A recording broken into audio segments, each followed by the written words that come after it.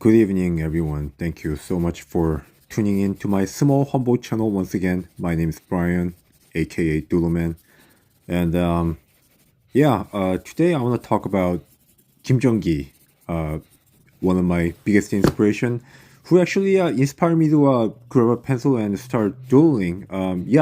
Basically, he's the reason why I started getting myself into arts and drawing and doodles and stuff.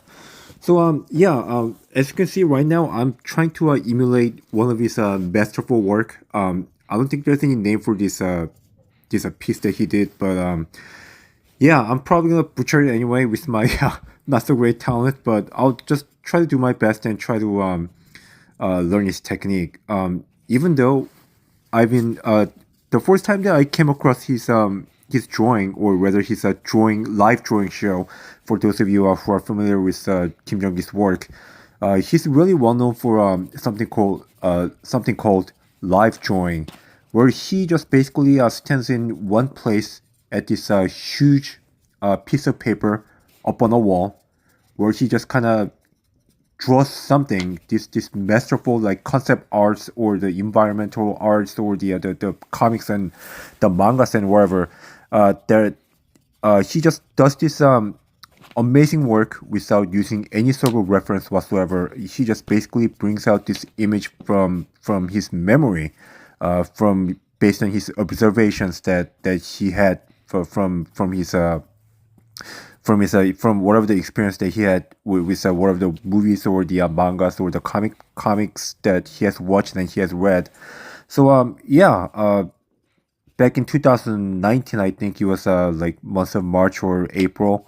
I don't even correctly remember like how I came across this the video on the YouTube, but somehow the YouTube algorithm has suggested a channel called Proko, and Proko. I don't know if you guys are familiar with him. I'm pretty sure you all are. I mean, if you're into art, he's got like a 3.2 million subscribers.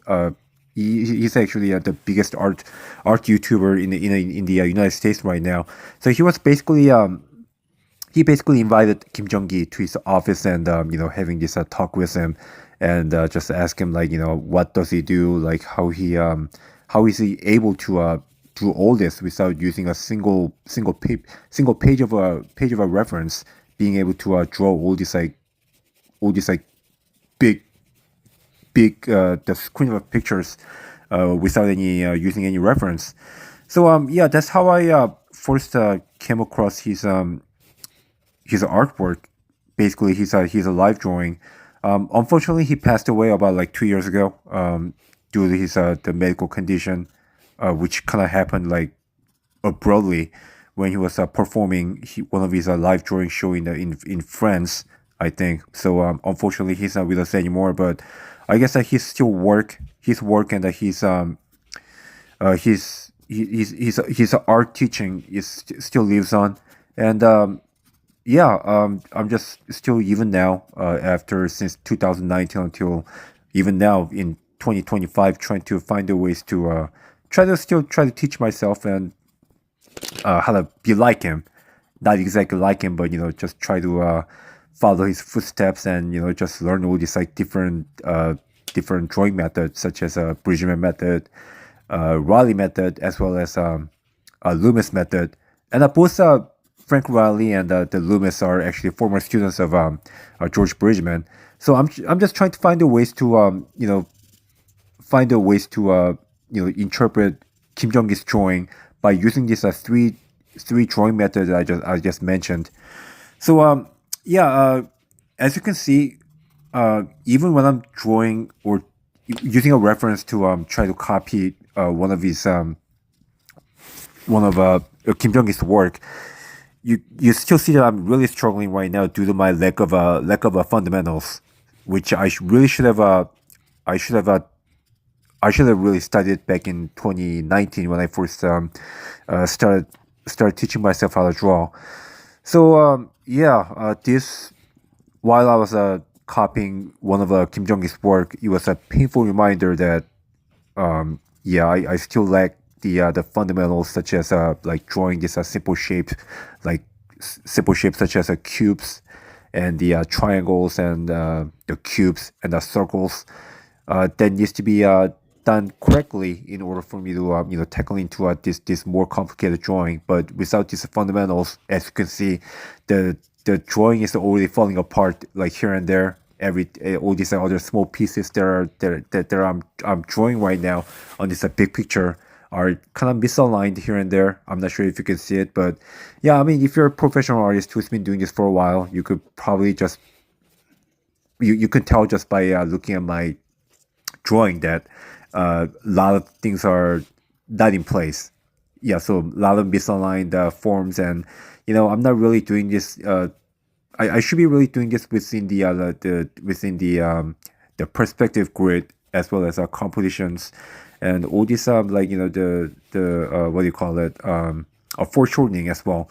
So without knowing these like fundamentals that I should have done when I first started drawing, I just kind of got into notion thinking that if I just draw like more and more copy like other artists' work, somehow naturally something nice will happen and I'll just get good at it. But it turns out that, well, yeah, I still need to work on the other fundamentals.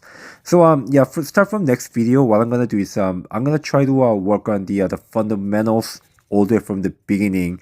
But the twist is that, as some of you guys well know, that I'm actually ambidextrous. I could both draw with my left hand and my right hand, if not at the same time, but interchangeably.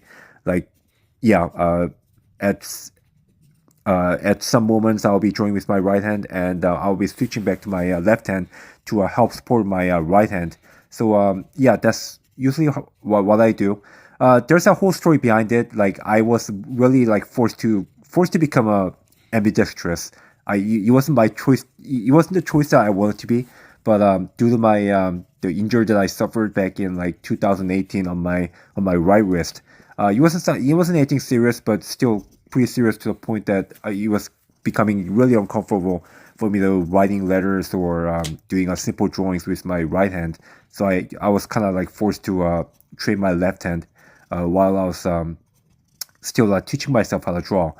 So yeah, so that's about it. And so I hope you guys just enjoy the drawing, and I will see you guys on next video. Start from next video. I'm gonna start just cover more on the like the fundamentals. And so yep, guys, take care, and I'll see you guys on next video. Thank you so much.